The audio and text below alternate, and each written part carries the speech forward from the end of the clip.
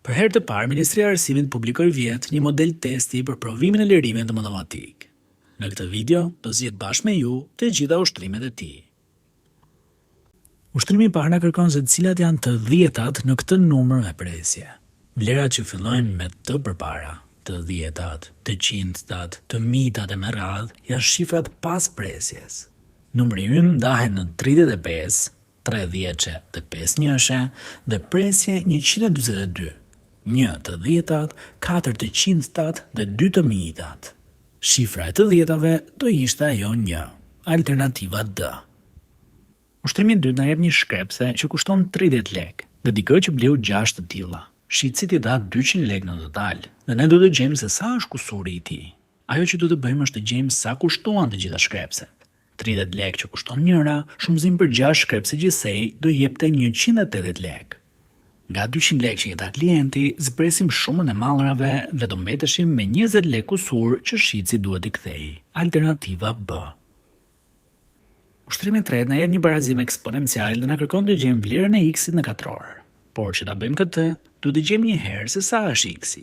Sa herë shihni x-in në eksponent, atëherë shprehjen duhet ta ndryshojmë në mënyrë të tillë që edhe në krahun tjetër të kemi eksponent për t'i dhënë vlerën e x-it. Që dy eksponentë barazohen, atëherë baza duhet i kenë të njëjta. 49 mund ta shkruajmë si fuqi me bazë 7, sepse 7 herë 7 japin 49, pra 7 në katror. Tani mjafton të themi se dy eksponentët janë të barabartë mes tyre, pra x-i është i barabartë me 2. Veç mos u nxitoni, sepse ne duhet të gjejmë se sa është x-i në katror. Pra dyshi i ngritur në fuqi të dytë do ishte i barabartë me 4, alternativa B. Ushtrimi 4 na jep një të porsalinur që pas 3 muajsh u zgjat me 8% nga 51 cm që ishte. Ne do të gjejmë se sa centimetra u zgjat. Në probleme të tilla, puna jonë është të gjejmë vlerën e 8% nga totali që është llogaritur. Përqindjen e kthejmë në thyes dhe duke kryer veprimet na del që 8% i 51 cm është fiks 4,08 cm. Nga alternativat, themi se i porsalinduri është zgjatur afërsisht me 4 cm, alternativa A. Ushtrimi 5 na jep diagramin e dy bashkësive A dhe B dhe na kërkon se sa element ka bashkimi i tyre. Në mes të diagramit tregohen numrat që i ka dhe bashkësia A dhe ajo B. Ndaj të bashkimi, duhet i llogarisim ato nga një herë, plus dhe elementet e veçantë që ka secila bashkësi. Po t'i numërojmë, totali elementëve do dilte 10, alternativa C. Ushtrimi 6 na jep kohën e vrapit të një atleti në minuta dhe na kërkon ta kthejmë atë në orë. Ne dimë që një orë ka 60 minuta, ndaj po të zbresim një orë nga 72 minutat e vrapit, do mbeteshim me 12 minuta të tjera. Tani është e rëndësishme të gjejmë se sa pjesë të orës zën këto 12 minuta, duke i pjesëtuar ato me minutat e një ore të plotë. Kryejmë thjeshtimet dhe duke bërë pjesëtimin e 1 në 5, na del rezultati 0,2. Gjithë koha e vrapit për 72 minuta do ishte 1 orë plus 0,2, alternativa C. Ushtrimi 7 na jep një shumë këndësh të rregullt dhe ne do të gjejmë shumën e këndëve të brendshme të tij. Për sa është shumë këndësh i rregullt, ne kemi një formulë që ju duhet ta mbani mend përmendesh. Numrit të këndëve i zbresim 2 dhe rezultatin e shumëzojmë me 180. Figura jon ka 5 kënde, pra n-ja është e barabartë me 5. Kryejmë veprimet me na del që shuma e këndëve të brendshme të 5-këndshit ton është 540 gradë. Nëse ndodh që të harroni formulën, kujtoni figurën e 3-këndshit dhe ndajeni shumëkëndshin tuaj në 3 këndsha më të vegjël. Besoj të gjithë mbani mend se shuma e këndëve të brendshme të 3-këndshit është 180 gradë. Figura jon ka 3 të tillë, pra 180 herë 3 do na jepte sërish të njëjtin rezultat që gjetëm, alternativa B. Ushtrimi 8 na kërkon rezultatin e një shprehjeje me rrënjë katrore. Rrënja katrore është e kundërta e ngritjes në fuqi të dytë. Rrënja katrore e 16-s do ishte 4, sepse nëse 4 shumëzohet me veten, pra ngrihet në fuqi të 2, jep 16. Rrënja katrore e 9-s do ishte 3, sepse 3 herë 3 jep 9. Tani mbetemi me një mbledhje të thjeshtë, 4 plus 3, që do ishte barabartë me 7, alternativa D. Ushtrimi 9 na jep vlerën 0,3 herë 10 në fuqi të -9 dhe na kërkon ta shkruajmë atë në formë standarde. Mbani mend se forma standarde kërkon të shumëzoni një fuqi të 10-s me një numër midis 1-shit dhe 10-s. 0/3 është më i vogël se 1, ndaj ne do ta kthejmë atë në një numër midis 1 dhe 10-s. Po ta shkruajmë si thyes, do kishim 3/10, apo 3 herë 1/10. 3 na bën punë. E ndërsa 1/10 apo 1/10 në fuqi të parë mund të shkruhet si 10 në fuqi të -1. Tani e bashkojmë me pjesën tjetër. 2 dhjetat mund të shumëzojmë me njëra tjetrën, ku eksponentët do mblidheshin dhe do mbeteshim me 3 herë 10 në fuqi të -10. Alternativa A. Ushtrimi 10 na jep ekuacionin e një drejtëse dhe grafikun e saj të ndërtuar në rrjet. Ne na duhet të gjejmë vlerën e ndryshores C që mungon nga ekuacioni. Gjithë çelësi i këtij problemi qëndron te figura, dhe pikërisht aty ku drejtësa pret boshtet e rrjetit koordinativ. Njëra është pika 0,2, e tjetra 5,0. Këtë informacion mund ta përdorim për të gjetur zgjidhjen, sepse secila pikë na jep dhe vlerën e x-it dhe atë të y-it. Po marr pikën e parë dhe po zëvendësoj vlerat në ekuacion, nga ku mbetem me c-n e barabartë me 2. Edhe po ta provoj me pikën tjetër, ku x është 5 dhe y 0, rezultati do dilte i njëjtë. Alternativa A. Ushtrimi 11 na jep një situatë nga e cila do të formojmë një shprehje. Kemi jetë mirin që ditën e parë mblodhi x guaska, pra një vlerë që ne nuk e dim. Ndërsa ditën e dytë mblodhi 3 guaska më shumë se 2 fishi i atyre të ditës së parë. Pra, ditën e dytë do kishim 2 fishin e x-it dhe 3 më shumë, pra plus 3. Problemi na kërkon totalin e guaskave në të dyja ditët, pra duhet të mbledhim x-in me 2x plus 3. Gjejmë shumën e x-eve dhe mbetemi me shprehjen 3x plus 3, alternativa D. Ushtrimi 12 na jep 2 trekëndshë të ngjashëm dhe na kërkon të gjejmë vlerën e x-it. Trekëndshët e ngjashëm kanë një veti, që raporti i brinjve dhe i këndëve homologe është i barabartë. Pra nëse do vinin brinjët DE me AB me njëra tjetrën, kjo do na jep një koeficient që është i barabartë me raportin e brinjës ku ndodhet x-i me atë 18 cm. Sa po formuam një ekuacion dhe po të kryejmë veprime duke thjeshtuar e duke shumëzuar kryq, do mbeteshim me x-in e barabartë me 6 cm. Alternativa C. Ushtrimi 13 është ushtrim probabiliteti. Në çdo një kuti me 20 çokolada, ku 12 janë të zeza dhe pjesa e mbetur të bardha. Pra, po të zbresim të zezat nga totali, do mbeteshim me 8 çokolada të bardha. Ne na duhet të gjejmë probabilitetin që po të marrim rastësisht një çokoladë të jetë e bardhë. Për këtë, na mjafton raporti i çokoladave të bardha me totalin. Binërisht alternativa na kërkon një numër e presje, kështu që kryejmë thjeshtimet dhe pjesëtimin dhe dalim në rezultatin se probabiliteti që të marrim rastësisht një çokoladë të bardhë midis 20 çokoladave është 0/4, alternativa C. Tani futemi te pyetjet me shtjelli. Ushtrimi 14 na jep një shprehje thyesore dhe ne duhet të kryejmë veprimet e përshtatshme për ta kthyer në një thyes të vetme. Vëmë re se të treja thyesat e kanë emëruesin e njëjtë. Ndaj numëruesit mund t'i bashkojmë dhe të fillojmë kryerjen e veprimeve. Bëni shumë kujdes me shenjat. Minus a-ja e dytë është në rregull të shkruhet direkt, por numëruesi i tretë është një shprehje me 2 kufiza dhe minusi duhet t'i aplikohet secilës. Do kishim -1 plus b. Ndryshoret e njëjta i bëjmë bashk, kryejmë veprimet me numrat dhe në fund mbetemi me thyesën e vetme 2a plus b përmbi a plus b. Ushtrimi 15 na jep një hartë të Shqipërisë dhe na thotë se gjatësia e vijës bregdetare është 427 km.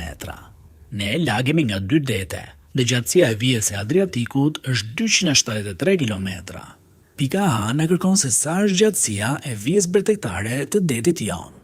Mjafton që nga gjatësia totale, 427, të zbresim gjatësinë e Adriatikut 273 dhe mbetemi me 154 km gjatësi bregdetare të detit jon. Pika B na tregon se shkalla e zvoglimit të hartës është 1 me 2.500.000 dhe ne duhet të gjejmë se sa centimetra është vija e bregdetit jon. Me shkallë zvoglimi nënkuptojmë se një njësi në hartë është sa 2.500.000 njësi në të vërtetë. Pra, 1 cm në hartë është sa 2.500.000 cm në terren. Bregdeti jon është i gjatë 154 km. Përsa ne po punojmë me centimetra, këtë fundi duhet ta kthejmë në atë njësi. E shumëzojmë si fillim me 1000 për ta kthyer në metra, pasi 1 kilometër është 1000 metra, dhe rezultatin e shumëzojmë me 100, pasi 1 metër është barabartë me 100 cm. Sa po nxorëm që bregdeti jon është i gjatë 15.400.000 cm. Nëse 1 cm në hartë është 2.500.000 cm në terren, atëherë sa centimetra do ishin 15.400.000? Me shumëzim kryq do mbeteshin me thyesën 15.400.000 përmbi 2.500.000. Të shtojmë zerot, kryejmë veprimet dhe themi se gjatësia e bëjtetit jonë në hartë është plot 6/16 cm. Ushtrimi 16 na jep të zgjidhim një inekuacion dhe zgjidhjen ta paraqesim në një bosh numerik. Gjithë qëllimi është të mbetemi me ndryshoren x në njërin krah dhe një numër në krahun tjetër. Ndaj fillojmë të kryejmë veprimet. Po kaloj 3x në krahun e majt dhe -2 në krahun tjetër. Mos harroni që shenja ndryshon. 3x u bë -3x ndërsa -2 u bë 2. Në fund kemi -x më të madh baraz me 3. Në përfundim na duhet vetëm x-i, pa minus para. Ndaj ajo që po bëj është të kaloj -x në krahun e djathtë që të ndryshojë shenja dhe 3-shin në të majtin. Kështu do kishim -3 më i madh baraz me x, apo x-i më i vogël baraz me -3. Ndërtojmë një bosh numerik dhe vendosim një rreth ngjyrosur mbi -3-shin. Pasi dhe ai përfshihet në bashkësinë e zgjidhjeve përsa shenja tregon dhe barazimin. Çdo vlerë tani nga -3 deri në -infinit është zgjidhje e këtij ekuacioni. Ushtrimi 17 na tregon për një piktor që përzien bojën e kuqe me atë të bardhë në raportin 2:5 për të përftuar bojën roz. Pika A na kërkon se sa litra bojë të bardhë duhen përzier me 0,8 litra bojë të kuqe. Raporti 2:5 do të thotë se për çdo 2 litra bojë të kuqe, piktori do të shtojë 5 litra bojë të bardhë që të marrë rozën. Shkruajmë të njëjtin raport për 0,8 litra bojë të kuqe dhe vlerën që duam të gjejmë për bojën e bardhë. Duke shumëzuar kryqe duke kryer veprimet për të gjetur x-in, mund të themi se piktori duhet i shtojë 2 litra bojë të bardhë asaj të kuqes për të marrë rozën.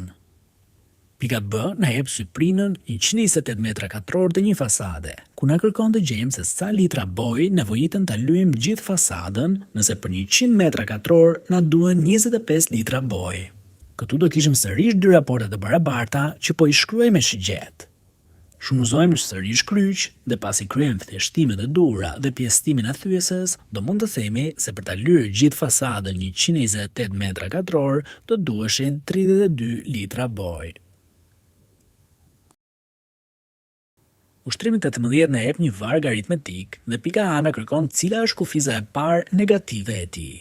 Vëmë re se nga 10-at e 7-ta dhe nga 7-at e 4-ta kemi zbritur me 3. Ndaj për të marrë kufizën e radhës duhet të zbresim 3 nga 4. Njëshi është ende numër pozitiv, por po t'i zbresim dhe ati 3, atëherë do merrnim -2, vlerën e parë negative të vargut. Kjo do ishte kufiza e 5 e vargut, ndaj bëni kujdes ta përcaktoni numrin e kufizës në provim. Pika B na kërkon formulën e përgjithshme të vargut. Për këtë do ju duhet të mbani mend një formulë, e cila thotë se vlera e një kufize çfarë do n e një vargu aritmetik do ishte e barabartë me vlerën e kufizës së parë A plus kufizën n-1 herë ndryshesën d të vargut. Ndryshorja A do ishte vlera e kufizës së parë, që është 10. Me ndryshesën d bëni kujdes shumë me shenjën. Ne po zbresim 3, ndaj ndryshesa është -3. Kufiza e dytë e ka vlerën A plus d. Dhe për të shkuar nga 10 në 7, duhet që d-ja të jetë -3. Zëvendësojmë vlerat në formulë dhe duke kryer veprimet, mbetemi më në fund me formulën e vargut -3n plus 13. Që të jeni të qetë se formula është e saktë, atëherë zëvendësoni një prej kufizave që dim. Po marr kufizën e 5 që e ka vlerën -2. Duke zëvendësuar n baraz me 5 në formulë, pres që rezultati të jetë -2.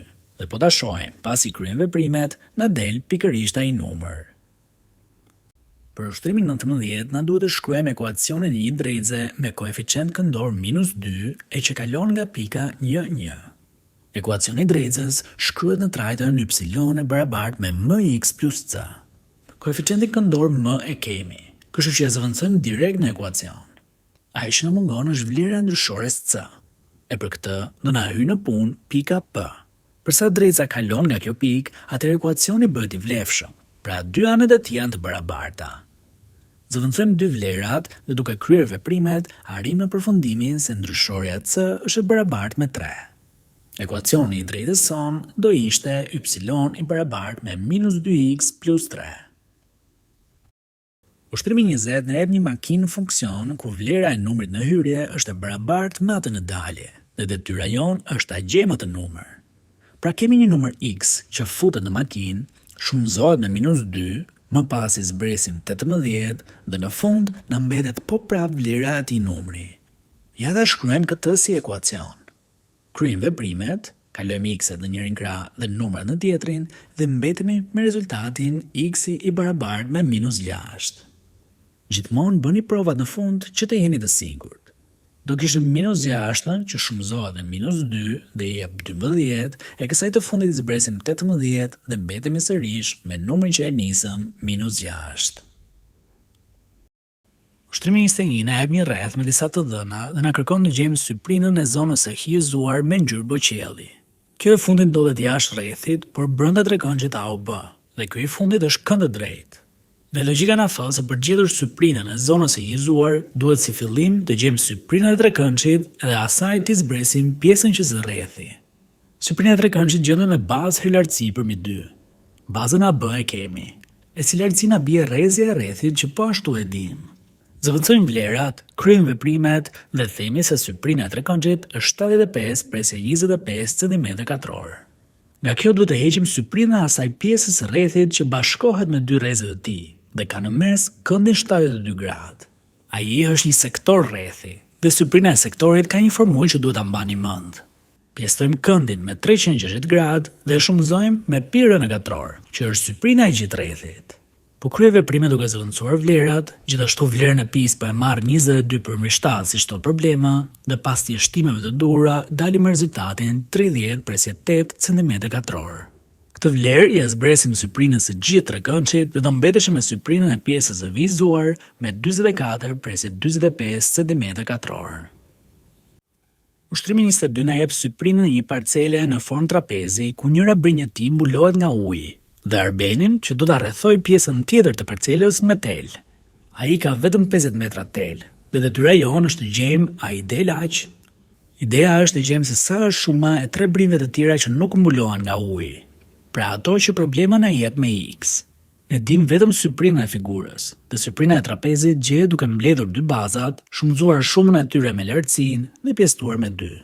Baza e madhe do ishte ajo poshtë, që ka vlerën 2x. Baza e vogël ajo lart x dhe lartësia do ishte ajo në të majt x, me që kemi të bëjmë me trapez kënd drejt. I zëvendësojmë të gjitha vlerat në formulë, duke përfshirë dhe syprinën, dhe pasi kryejmë veprimet, mbetemi në fund me x negatrore barabartë me 144.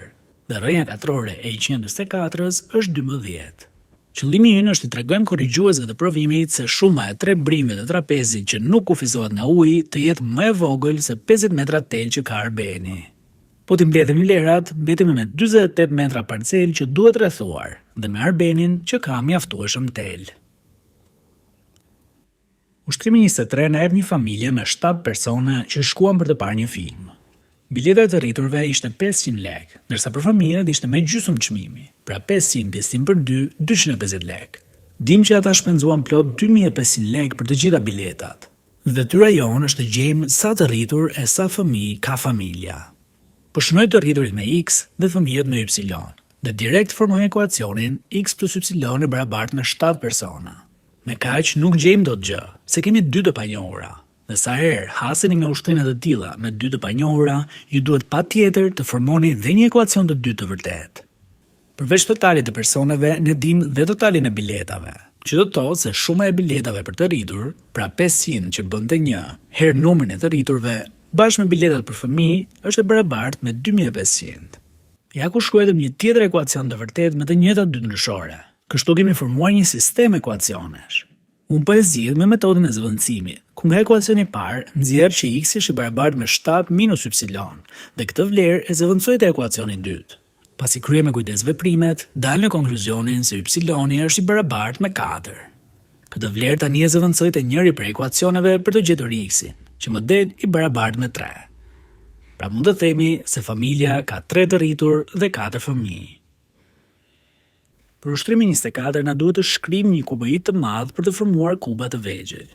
Kuboidi ka këto përmaza, që do të thotë se vëllimi i tij është prodhimi të trejave, që na jep 63 cm në kub. Gjithë ky vëllim do shkrihet e do na ndahet në copëzat e vogla për të formuar kuba me brinjë 2 cm. Vëllimi i një kubi të vogël do ishte dyshi i ngritur në fuqi të tretë, që del 8 cm kub. Vesa na thot se kanë për të formuar më pak se 8 kuba të vegjël nga kuboidi i madh. Dhe ne duhet të themi nëse vesa ka të drejtë apo jo. Po të shumëzojmë vëllimin e një kubi të vogël me 8, atëherë marrim 64 cm në kub. Pra ne do na duhej kaq vëllim metali që të formonim 8 kuba të vegjël.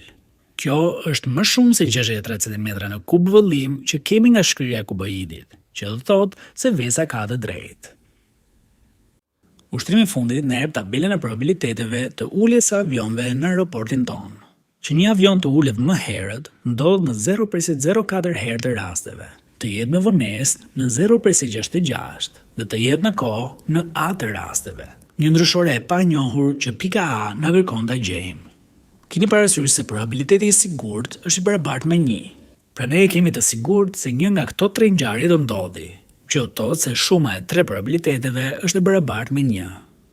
Kështu mund të gjejmë vlerën e ndryshores A që del 0,3. Pra, në 0,3 herë të rasteve, avioni ulet në kohë. Pika B na thotë se të hënën do ulet gjithsej 150 avion, dhe na kërkon të gjejmë se sa prej tyre do ulet me vonesë. Probabiliteti që një avion të ulet me vonesë është 0,66. Pra po të pjestojmë numrin e avionëve që ulen me vonesë me totalin e avionëve që do ulen, do merrim 0,66. Kryejmë veprimet dhe mund të themi se plot 99 avion do ulet me vonesë ditën e hënë. Ndërsa pika e fundit na thotë të kundërtën. Na jep sa avion ulen në kohë të martën dhe ne duhet të gjejmë se sa avion ulen gjithsej. Probabiliteti i uljes në kohë është 0,3. Pra po të pjestojmë avionët që ulen në kohë me totalin e avionëve që ulen në aeroport, do merrim 0,3. Kryejmë veprimet dhe mund të themi se gjithsej ditën e martë ulën plot 200 avion. Shpresoj të ketë pëlqyer shpjegimi dhe të keni mësuar disa gjëra të reja. Shumë suksese në provim dhe shpërndajeni video me miqtë tuaj që të dilni sa më mirë. Bashk dëgjohemi te radhës.